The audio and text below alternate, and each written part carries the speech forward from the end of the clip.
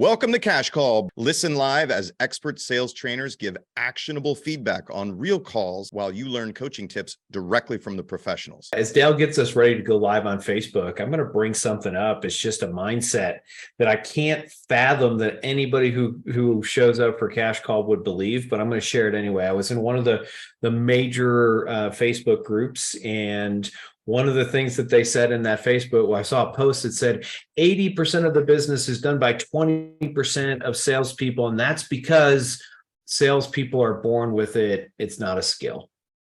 And Dale and I were talking about it in the green room, and I'm going to just go out and make an assumption. You're here today because you don't believe that, because if you believe that, there's no reason to study. So it's funny, I've been doing a lot of stuff about limiting beliefs in my practice, and that feels like maybe the biggest limiting belief I've heard in a long time. That basically says, if I don't got it, I'm screwed and I need to go do something else. So I just want to tell you guys that's not even remotely true. So if you believe that you can't get better at this, then you're wrong. And I don't say that very often. I just, like anything you can get better at. I don't care what it is. At the end of the day, we all have skill sets. We all have ceilings. I'm never going to dunk a basketball. Okay. Short white guy. That's okay. That being said, I could get better. I could get closer. I could jump higher, So anyway, don't limit yourself with garbage other people tell you. There you go. You heard it there. If you're a short white guy, keep trying to get your dunk. That's directly from Brian. Cash Call, everybody. Back again. No, we are not sports radio, believe it or not, despite what Brian just said. It's Cash Call with Dale Archdekin and Brian Curtis. And I think that's a good message, Brian. That makes sense. Of course, everybody can get better. I mean, all the time we're taking, we constantly get feedback from newer agents who are like, oh my God, I didn't know what to do. I listened to what you guys say and I implemented it and it worked, right? You just use better technique. Some people are natural salespeople. They just are. Yeah, absolutely. And you know what you do if someone's a natural salesperson, you just do what they do. It's called modeling. Right. So, that's what we're trying to do here for you guys. We're trying to give you guys a model that you can follow. It's not some crazy complex, you have to have a 400 IQ, because I don't have that to get that. But I just want you guys to know you can always get better. And I would also say this, don't try and get better at everything at once. Pick something. Like you guys are here on Cash Call, so work on scripts, work on dialogues, work on intros, work on button-ups, work on objection handlers, whatever it is, pick something, make it your theme of the month and really focus on it. And it's amazing when you just get better at one thing, oddly enough, everything else seems to get better too. It's funny. We have 2 calls that were submitted. Daniel Forte out of somewhere in Canada. It's all Canada, right? Somewhere in Canada, submitted 2 calls from agents on his team. One is from Nate and one is from Koa. And I want to hear the one from Nate first. I'm going to play that for you guys. And what's amazing is, Brian, this is why we teach that opening script that we teach, which is basically, do you want to buy or tell me no? And we're going to hear why we teach it that way. And we're going to hear a real life example of not using that and how it nearly screwed up the call, and then how the call went. And Nate does a great job of getting it back on track. And in addition to that, I'm going to give some advice on what he could have done or what was missing. So let me go ahead and play that one. Awesome.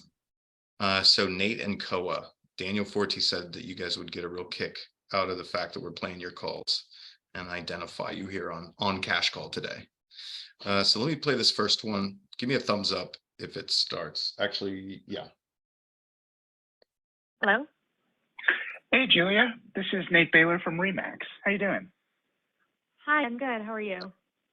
Good. I'm just giving you a ring because you were on our site looking at condos kind of downtown. Just wanted to see how that search is coming along for you.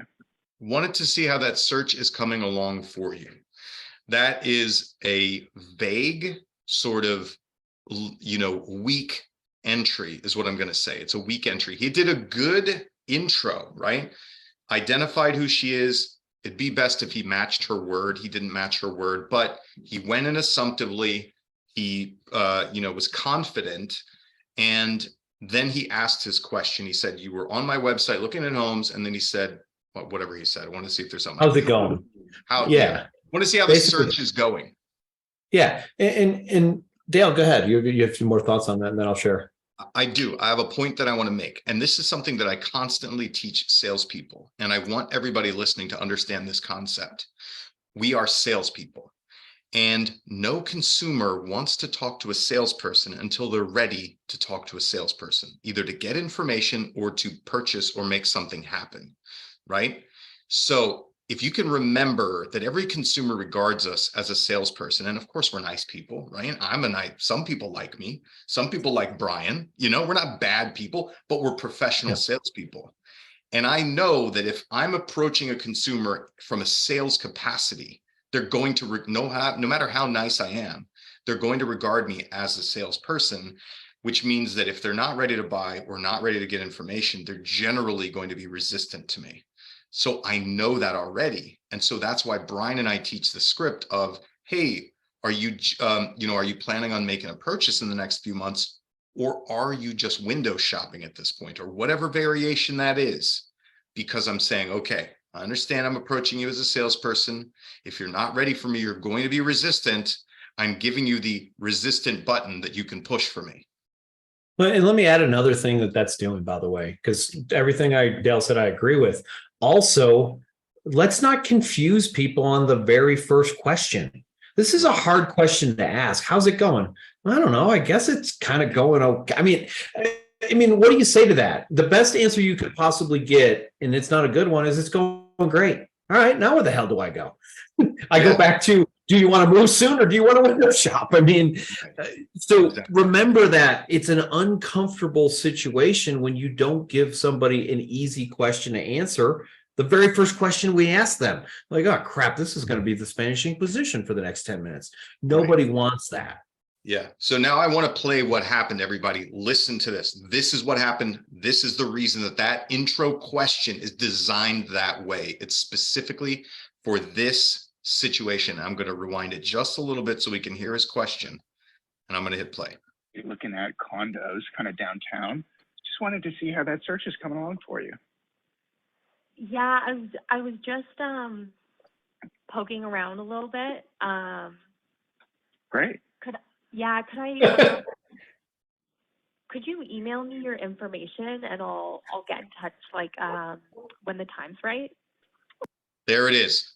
33 seconds into this conversation, she has closed this salesperson to get off the call with her because she's not ready for a salesperson, right? Now, his entry, how's the search going, right?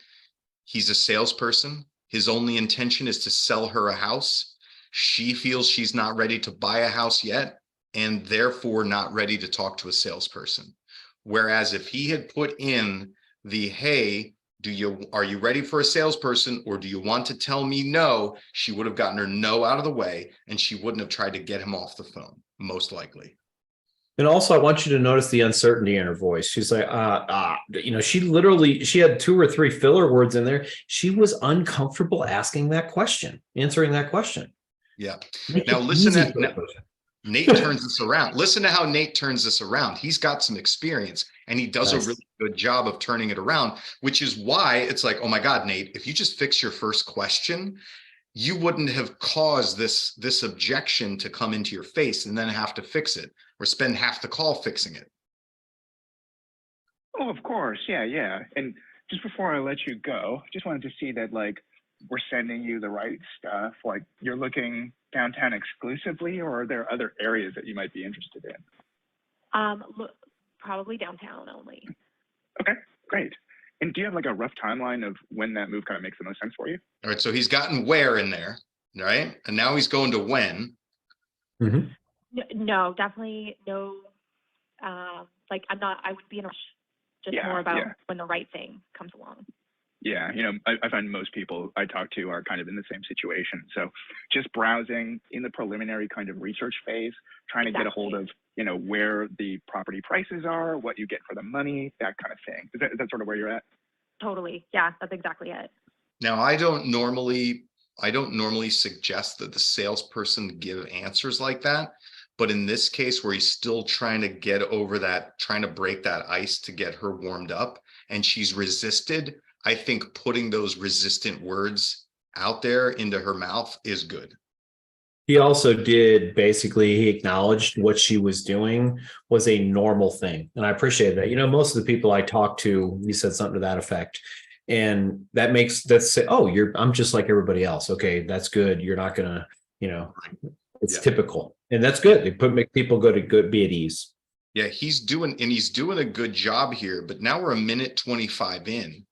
And he is interjecting some questions. And again, I just want to reinforce for the audience that this minute and 25 is Nate, who's an experienced salesperson, literally having to overcome a very poor initial question. Yep. Awesome. Well, sounds good, Julia. Also, just a quick question. Are you looking for 1 bed, 2 bed? I think you were looking at. Yeah. Now he's got what in there? That would be a 1 or 2 or 1.5. Okay. Yeah. Okay, great. So let me send you over just from time to time, like say 2 beds or 1+ den properties downtown. If any of these places look interesting, or if you've got any questions, I'd be happy to take you through in person or get you some more information. Yes. Now he's bailing. I don't think he should be bailing. And we still don't know why she's purchasing. That would have been super easy. And here's what I want to show you, Brian. Near the end of this call, she basically like asks him to stay and he leaves anyway. So listen to this. Really?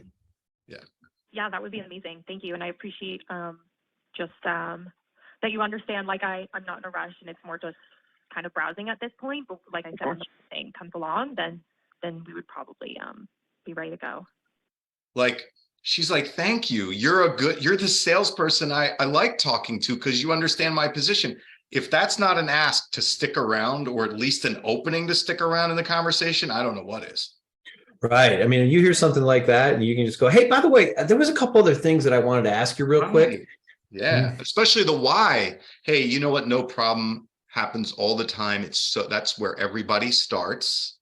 What I didn't ask you is what has you looking at making a move in the first place, or making a purchase in the first place? Go to why, man. Then she's ready. She's going to tell you her why, and she'll probably invite you to the next barbecue. Who knows? But that is such a huge opening. And unfortunately, here's what happens. Yeah, of course. Yeah. And when the time is right for you, Julia, happy to help. My name's Nate and I'm at Remax Professionals. Okay, amazing. Thank you. No, Nate. Nate left us with a cliffhanger. Nate, get back in there, buddy. Don't leave, man. Stick around. You got the ice broken. You did a great job, man. Stay in there. Just because, they say no, go away salesperson, that doesn't mean that they won't change their mind. And she changed her mind. And I think that was pretty obvious down there near the end. Well, and understand this. So like Jeb Blunt talks about this in the book Objections. People go to no almost exclusively. It's a reflex. And she reflects no. Ask my kids. They say that about me. Yeah, it's true. Me too. My kids, they're grown and gone, but I guarantee you they'd answer the question the exact same way. You guys have heard me give this analogy probably 20 times if you listen to Cash Call, but ultimately I want you to think about this. You walk into a store, a department store, you're going to buy a specific pair of pants, a specific shirt. You know that you're there to buy something. You need a new dress shirt, you need new dress pants, whatever it is. You walk in, salesperson walks up to you and says, "Can I help you?" And you say, "Nope, I'm just looking." You're not just looking, but that is the reflex that comes out of your mouth. By the way, people looking at houses are no different. Why? Because I don't trust you yet. We've known each other for 12 seconds and I don't trust you. And I don't want to get someone to talk me. I don't want to be uncomfortable. So understand there's oftentimes reflex no's on the front end, and don't give up. Yeah.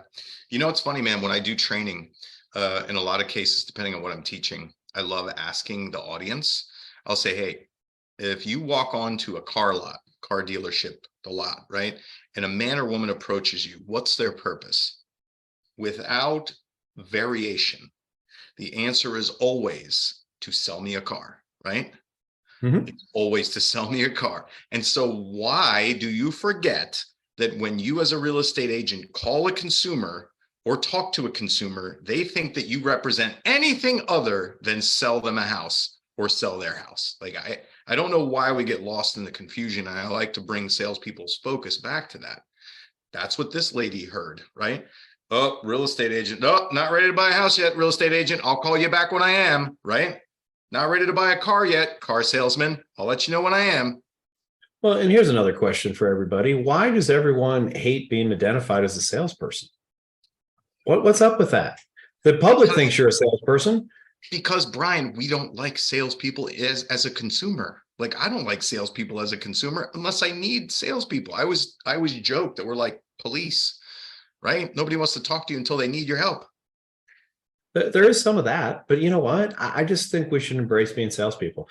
The public already identifies it there. Instead of being not a salesperson, why don't you change person's mind about what a salesperson is? Be a better version of that, and maybe they will like sales. Well, I don't know about every other salesperson, but this Dale guy, he's a sales guy, but I really like him. Be a salesperson.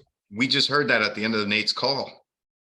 She was like, "Ooh, I like this salesperson." Okay, good. All the other salespeople are bad, but I like you, Nate. Right? That's why Nate should have stayed in that conversation. Call her back, Nate. Okay. Get her why. Figure out what they're doing and why they're making a move. Okay. Let's go to this next call. Do we have enough time? We got 10 minutes. I think we can do it, Brian. Funny. I got several different issues in this call. This is Koa from the same team. By the way, everybody, we will put the link to upload calls if you want Brian and I to review them. And we can play them on here. And we don't unless we get a really bad one like that Zillow call, we don't destroy anyone. That was literally the worst call I've ever listened to. I'm still getting messages and emails about that one. All right, so we're going to hear this. This is Koa following up with somebody that he spoke to several months ago, a potential seller. So thank you for asking. We had a talk earlier in February, like early of the month. The last time you talked, you kind of mentioned you were kind of holding off on selling and kind of just follow with you 4 or 5 months down the road. I am giving you, as promised, a return call, and I just wanted to kind of update you on the market. I'm not too sure if you're aware it became a seller's market at this point. And I know that time you didn't want to sell because, the prices were low for sellers. Yeah. So I just wanted to hit pause real quick. Yep. Is this call old? No, this is Canada. Okay, fair enough. I'm like, what the hell? When did it not be a seller's market since like 2017? So this is right outside Toronto. And so they just recently raised the interest rates. At the time that we initially spoke to her, some of the home prices had taken a hit, or, it kind of had fluctuated. So this is Canadian. Okay. But what I want everybody listening for is how muddy Koa's language is. And so in some cases, he starts out, he did a good job by saying, hey, we spoke back in February. This is what you said.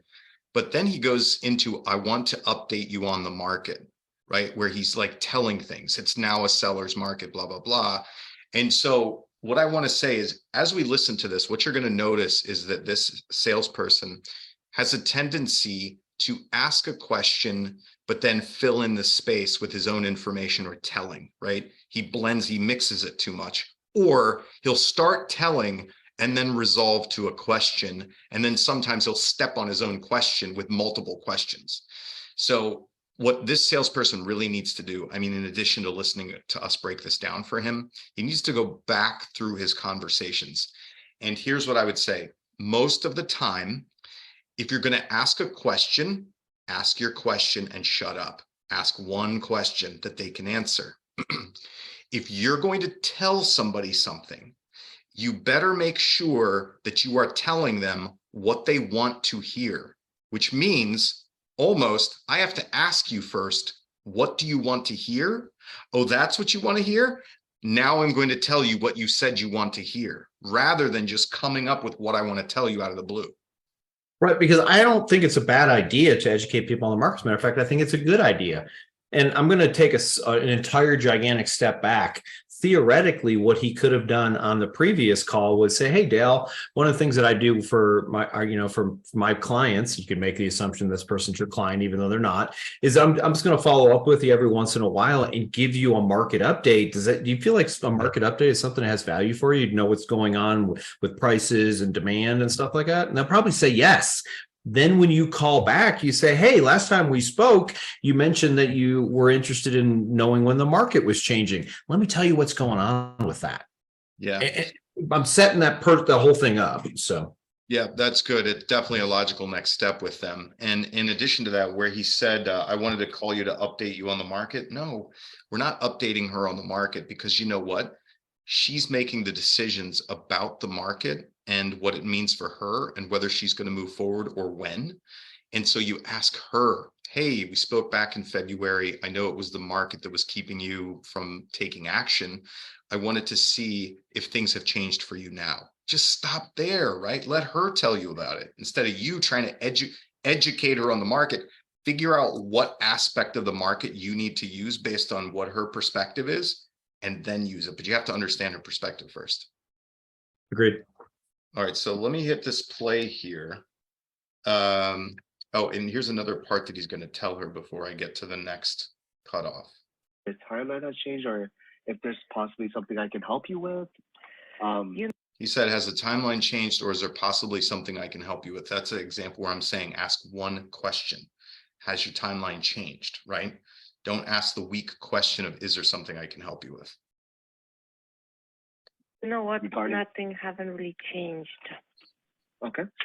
So you're just staying put in your How is property. the market right now? I know the interests are off the roof.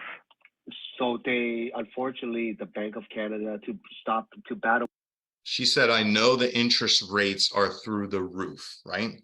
And he starts telling again about what happened. Go to a question. Yeah, interest rates have changed. How has that affected your plans? Yeah. Because what comes out of her mouth is way more important than what comes out of his mouth. Right. And I want to add this. If this person is not buying, then interest rates are irrelevant. Right. But we need to, and we need to figure out what she thinks that has to do with her. Now, here's the thing, and this guy doesn't really develop this. If you listen to this whole call, which we don't have time to do, basically Koa is approaching her from a, hey, can I get you to sell your house if you get a lot of money for it? And if you know anything about Canada right now, you can get a lot of money for your house. She essentially wants to downsize into a 2-bed condo in the same exact neighborhood. That's what happens in this conversation.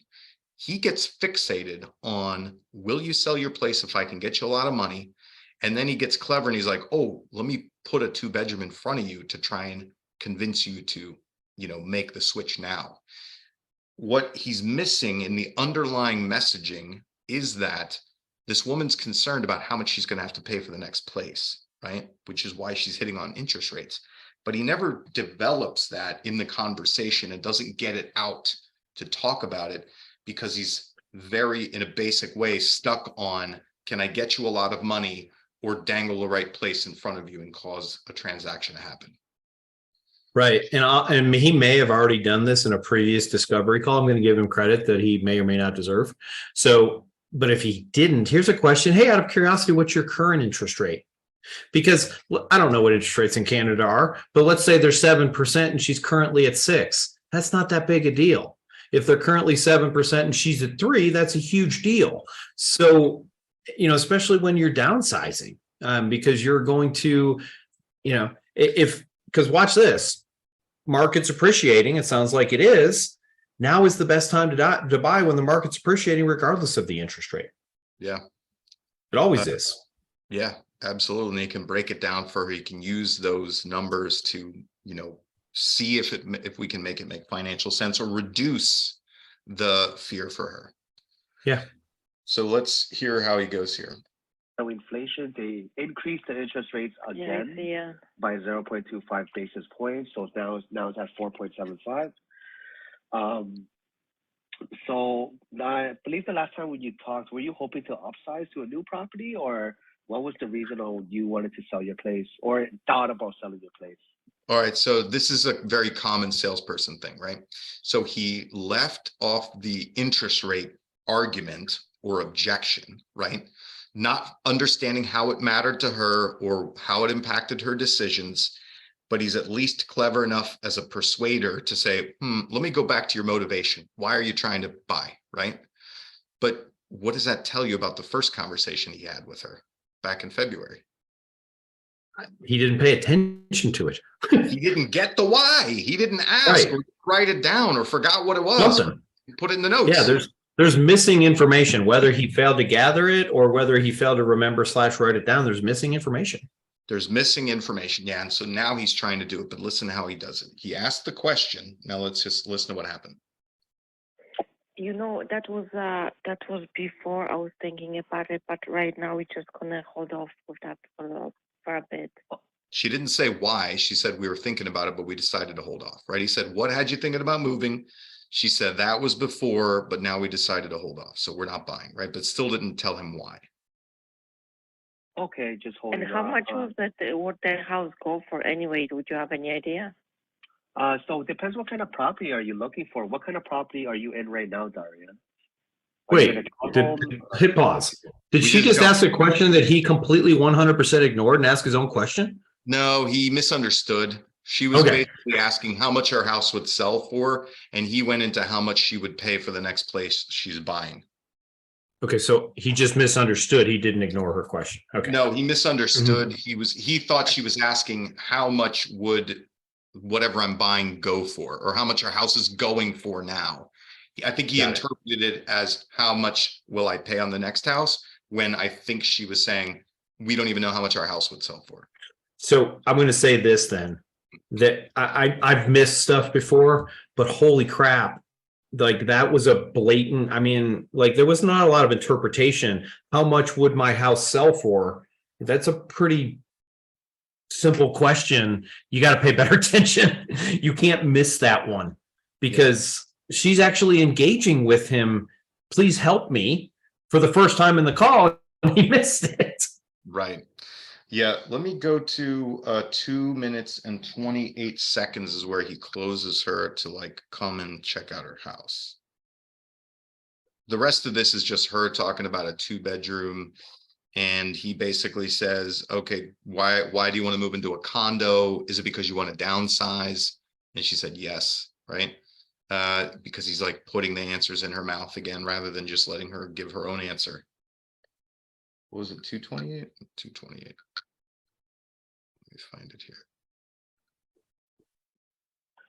And let's just say, hypothetically, that your house would fetch a pretty good amount of money. If you were to list it, but where would you consider purchasing the next property, or were you just kind of curious about the market? Like, what was your intention? You know what? Just to know what's going on right now, because I honestly right now I'm not sure what will I do. To be honest, I don't want to be saying, because I don't know. Like, you don't want to rush into a decision, exactly. Kind of like regret it. You want to make the best financial decisions. Right? Yeah. So, that ask of like, hey, if you could get a lot of money for your house, would you sell it now? Or what's your purpose? He waited for somewhat of an answer. She gave another vague answer. And then he's putting more words in her mouth, like fill in the blank. He's filling in the blanks, and you just can't do that. You don't learn anything when you fill in the blanks. I think that some salespeople do that. And I think that I did it earlier on in my career because I wanted to demonstrate that I understood things, or I knew things, right? Like I wanted to demonstrate my value or knowledge. Is that why you think you did it? It's a really good question. I don't have an answer to that. I hadn't considered it. I just know that ultimately if you give people the answer, 9 out of 10 times, they'll just take your answer. That's the problem. Like, that's the big problem. I just plug in. Oh, is it because you want to do this? Yeah. Okay. You're not allowing people to think, and in turn, you're not allowing them to give you the information that you want. Yeah. It's like, hey, Brian, it's blue, isn't it? Yeah, Dale, it's blue. Yep. When really it might be turquoise, right? The real answer is turquoise. Close enough, it's blue, right? But you want the real words. You want the real answer. You want their words so that you can repeat them back to them. Right. All right, I picked the wrong timestamp. Let me go to this one. Here's where he's going to ask to come to her house. And I'm just going to teach you guys a quick technique here that is better used. 420. It's 428. Here we go. Because right now, for sellers, the prices have increased. There's a lot of multiple offers and bidding wars. Yeah, I know. By the way, he's still just trying to waggle a bag of money in front of her face and get her to purchase. And what he's completely missing, and I can hear it in what's not being said, is, I don't know if I'm ready to move yet. I want to move to a condo. They're probably expensive. I don't know how much it's going to cost, and the interest rates are high. I don't know if I can afford it. None of those things have been said by her, right? Because it hasn't been elicited by the salesperson, but I can hear it in what's missing in the conversation. Gotcha. Or the houses in Toronto. So right now, like even if I look it up on your house online and give you a range, it wouldn't be accurate.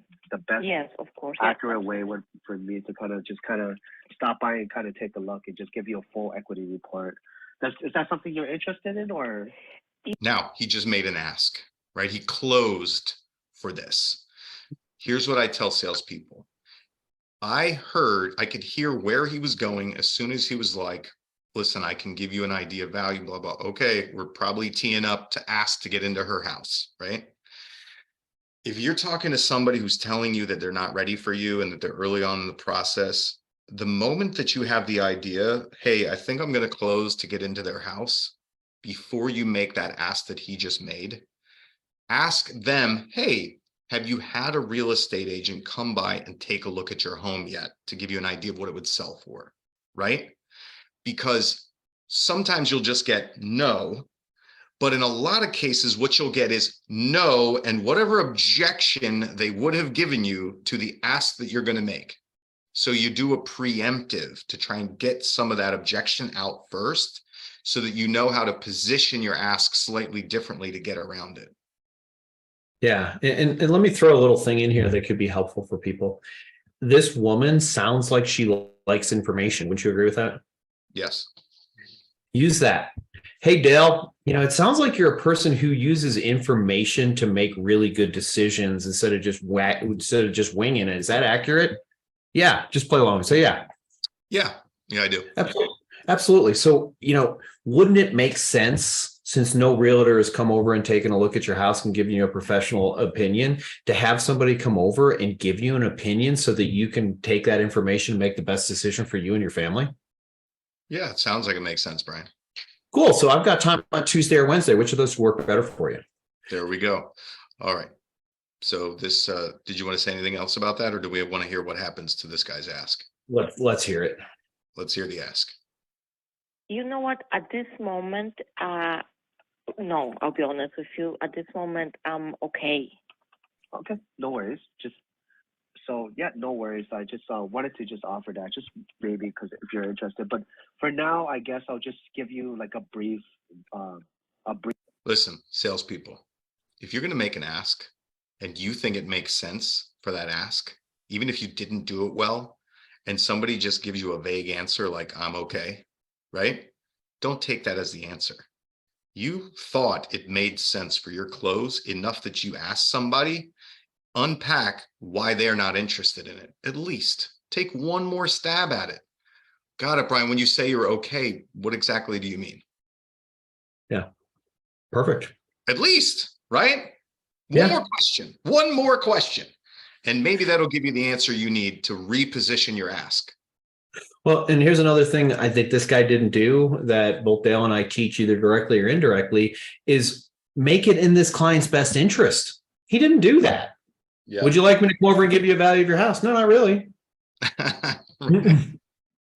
He gave her no reason. He didn't get in her brain to say, hey, you're a person who does this and this and this. Aren't you a person who likes information? Give them a reason to do something so that they might actually do it instead of just closing and hoping. It was a close and hope. Yeah. And then there wasn't a logical next step here. I'm just going to end it out. Cool. Around here. Okay, perfect. I will get started on a search, and I'll give you just like a brief, not in-depth market analysis for your property as well. And then we'll just take it from there. I'll give you a follow call next month just to see if your timeline has changed. And perfect, Daria. Okay, thank you so much for taking the time to talk with me. And no worries. Thank you for calling. Nope. I'm going to randomly call you next month, right? No particular time, no particular reason, and we don't know what you're going to get out of my random call a month from now. But you're going to get it. That's what you're going to get, right? So, when we teach logical next step, it's when are we going to talk next? Why are we going to talk next? And what are you going to get out of it, right? A basic concept. Good. So listen, Koa, Nate, thanks for having Daniel submit those calls. We really appreciate it. It helps everybody. It helps for the community of salespeople out there to learn, right, Brian? Absolutely. We really appreciate it. We know we ran a little bit long today. It was just such a great opportunity to button that whole call up. And there was a lot to learn there. So I'm glad we went over a couple minutes today, Dale. Yeah, absolutely. Excellent. Well, thanks for joining us today, everybody. Dale Archdekin, Brian Curtis, Cash Call. We'll be back next week. Thanks, everybody. Thanks for listening to Cash Call today. If you like what you heard, come check us out at smartsalescoaching.com, and we'll be back again next week.